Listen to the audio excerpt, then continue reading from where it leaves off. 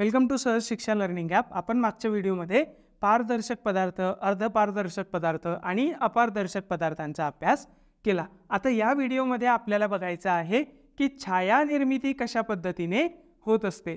छाया निर्मिती म्हणजे काय असतं आणि ती कशा पद्धतीने तयार होत असते ते आपल्याला या व्हिडिओमध्ये बघायचं आहे। आता बघा की समजा आपण बघितलं की काही पदार्थ हे अपारदर्शक असतात, म्हणजे त्यांच्यामधनं प्रकाश आरपार जाऊ शकत नाही। मग असे पदार्थ जर आपल्या प्रकाश स्रोताच्या मध्ये आले तर प्रकाश त्यांच्यामधनं आरपार जाऊ शकत नसल्यामुळे त्या पदार्थांची सावली त्याच्या मागे असणाऱ्या पृष्ठभागावरती किंवा भिंतीवरती पडते आणि ती जी सावली तयार होते त्या सावलीलाच आपण छाया असं म्हणतो।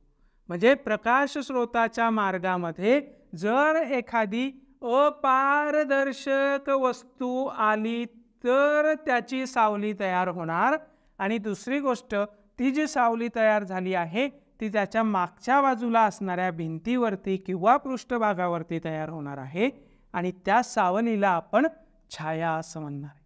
तर ही जी छाया निर्मिती आहे, ही सावली जी आहे ती कशा पद्धतीने तयार होते त्याचा अभ्यास आपल्याला आता करायचा आहे। म्हणजे तुम्ही सकाळी सकाळी जर का समजा तुमची सावली बघितली तर तुम्हाला ती लांब असलेली दिसते।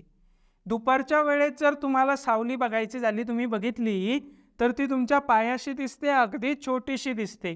संध्याकाळच्या वेळेत जर तुम्ही तुमची सावली बघितली तर ती खूप लांब अंतरावरती तयार झालेली असते।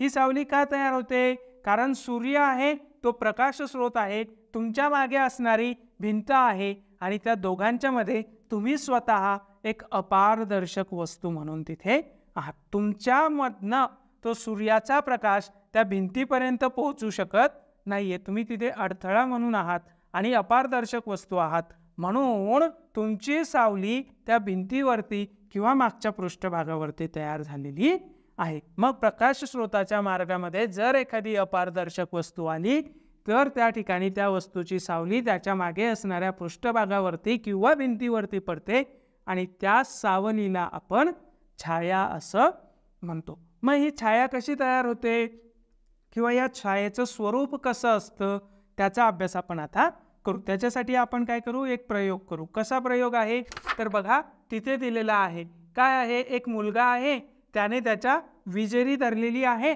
आणि त्याच्या मित्राला तिथे उभं केलं आहे भिंतीच्या समोर। आता पहिलं चित्र जे तुम्हाला दिसतंय बघा, त्या चित्रामध्ये तो जो मित्र आहे तुमचा, तुम्ही विजेरी हातामध्ये धरली आहे, मित्र तुमचा भिंतीजवळ उभा आहे। तुमचा मित्र सगळ्यात आधी भिंतीच्या अगदी जवळ उभा आहे।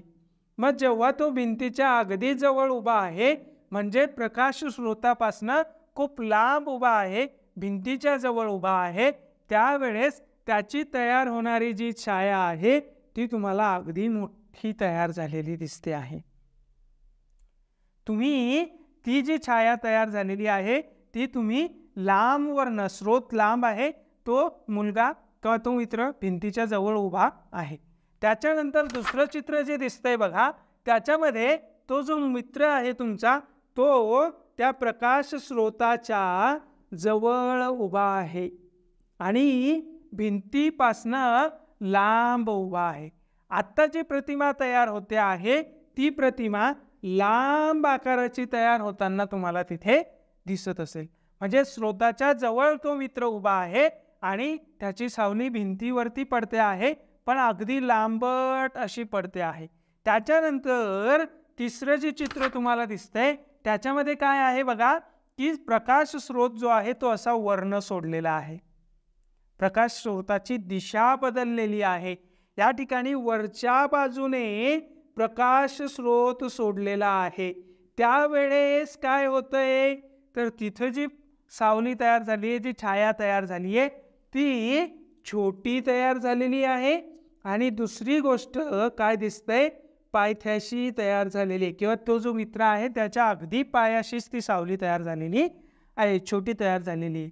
याच्यावरनं आपल्याला काय लक्षात येतं की जे छाया निर्मिती होते आहे त्या छायेचं जे स्वरूप आहे ते दोन गोष्टींवरती अवलंबून आहे। कशावरती अवलंबून आहे? ह्या तीन गोष्टी त्याच्यामध्ये असणार आहेत। कोणत्या तीन गोष्टी आहे? तुमची विजेरी आहे ज्याला तुम्ही तुमचा स्रोत म्हणताय, त्याच्यानंतर तुमचा मित्र आहे म्हणजे एखादी वस्तू आहे, आणि दुसरी गोष्ट त्याच्या मागची भिंत आहे म्हणजे पडदा आहे. आता जर तुम्ही ही तीनही चित्र आणि तीनही उदाहरणं बघितली तर याच्यामध्ये काय होतंय, स्रोत असेल, वस्तू असेल आणि पडदा असेल, या तिघांमधलं अंतर बदलतंय. या तिघांमधलं अंतर बदलतंय. पहिल्या वेळेस हा पडदा किंवा भिंत याच्या जवळ ती वस्तू होती, दुसऱ्या वेळेस ती स्रोताच्या जवळ होती, भिंतीपासून लांब होती. म्हणजे या वस्तूंमधलं परस्परांमधलं जे अंतर आहे ते अंतर प्रत्येक वेळी बदलत जातंय. त्याच्यामुळे त्या छायेच्या स्वरूपामध्ये बदल होतोय. म्हणजे छायेच्या स्वरूपामध्ये बदल केव्हा होतो, जेव्हा या वस्तू, स्रोत आणि पडदा यांच्या परस्परांमधील अंतर बदललं की, आणि दुसरी गोष्ट दिशा बदलली की.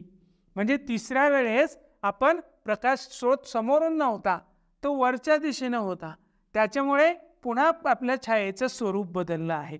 त्याच्यामुळे ह्या वस्तूंमधलं, स्रोतांमधलं, पडद्यामधलं, परस्परांमधलं अंतर जर का बदललं तर छायेचं स्वरूप बदलतं. दिशा जर का बदलली तर छायेचं स्वरूप बदलतं. त्याच्यामुळे जर का तुम्हाला रात्री तुमची सावली दिसली तर घाबरून जायचं नाही, कारण याच्यामुळे सावली लहान मोठी होत असते. तुम्हाला बऱ्याचदा काही लोक घाबरवत पण असतील की अरे किती सावली पडली, काहीतरी दुसरं दिसतंय, काहीतरी असं. तर सावली हलते, तिचं स्वरूप बदलत असतं आणि ते या दोन गोष्टींवरती अवलंबून असतं. आता आपण पुढच्या व्हिडिओमध्ये या सावलीचा उपयोग कशा पद्धतीनं करून घेतलेला आहे माणसाने, वेळ दर्शवण्यासाठी, दिवसाची वेळ दर्शवण्यासाठी या सावलीचा उपयोग कशा पद्धतीनं करून घेतलाय ते आपण बघू. तुम्हाला माहीत असेल की चंद्रग्रहण होतं, सूर्यग्रहण होतं, ते सुद्धा या सावलीमुळे किंवा या छाया निर्मितीमुळेच होत असतं. त्याच्यामुळे त्याच्यामध्येही काही अपशकुन वगैरे किंवा काही अंधश्रद्धा असं काहीही नसतं. तर ते आपण आता पुढच्या व्हिडिओमध्ये बघूया. धन्यवाद.